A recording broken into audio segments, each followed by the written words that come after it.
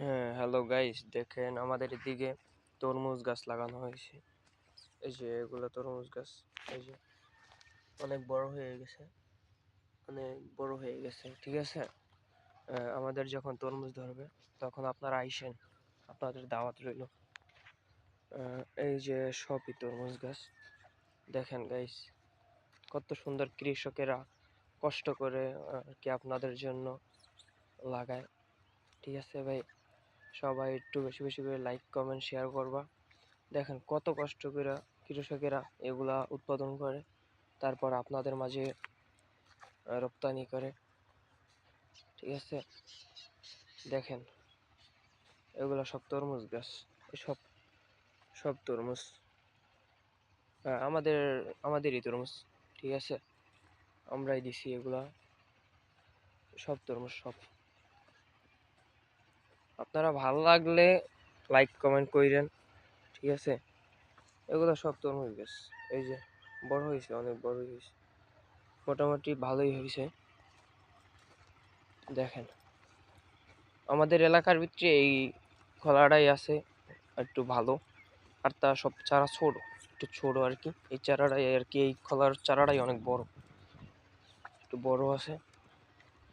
এই যে পানি দেওয়া হয়েছে, কালকে পানি দিছে, এখন ইনশাল্লাহ চারা আগা দিবে আর কি, মাঠে নামবে, ঠিক আছে।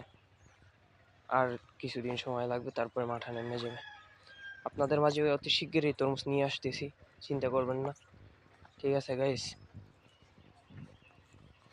দেখেন সব তরমুজ গাছ, চারা মইরা গেছে, চারাগুলা মইরা গেল, কিছু চারা মইরা গেছে, বুঝছেন। হ্যাঁ, কিছু চারা মইরা গেছে, সব তরমুজ গাছ সব।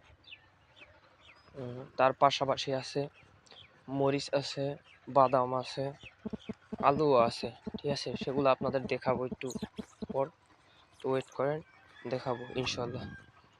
এই যে দেখেন, এগুলো হয়েছে মরিচ গাছ, এই যে এগুলো হয়েছে মরিচ গাছ। তার পাশে আছে বা এই যে প্লেন ডাল, ডাল গাছ আর কি, আপনারা যেটা কিনা খান, ঠিক আছে। এদিকেও আছে, দেখা যায় না, এগুলা মরিচ গাছ, এগুলা মরিচ গাছ। তার পাশাপাশি আছে আলু গাছ, আলু যেটাকে বলে মিষ্টি আলু, আপনারা বাজারে কিনা খান, ঠিক আছে। সেই মিষ্টি আলু গাছ আছে, এই যে সেই মিষ্টি আলু গাছ, এগুলা সেই মিষ্টি আলু গাছ, এই যে এগুলা সেই মিষ্টি আলু গাছ, অনেক আছে অনেক। এই যে এগুলা সব মিষ্টি আলু গাছ আর কি, পাশাপাশি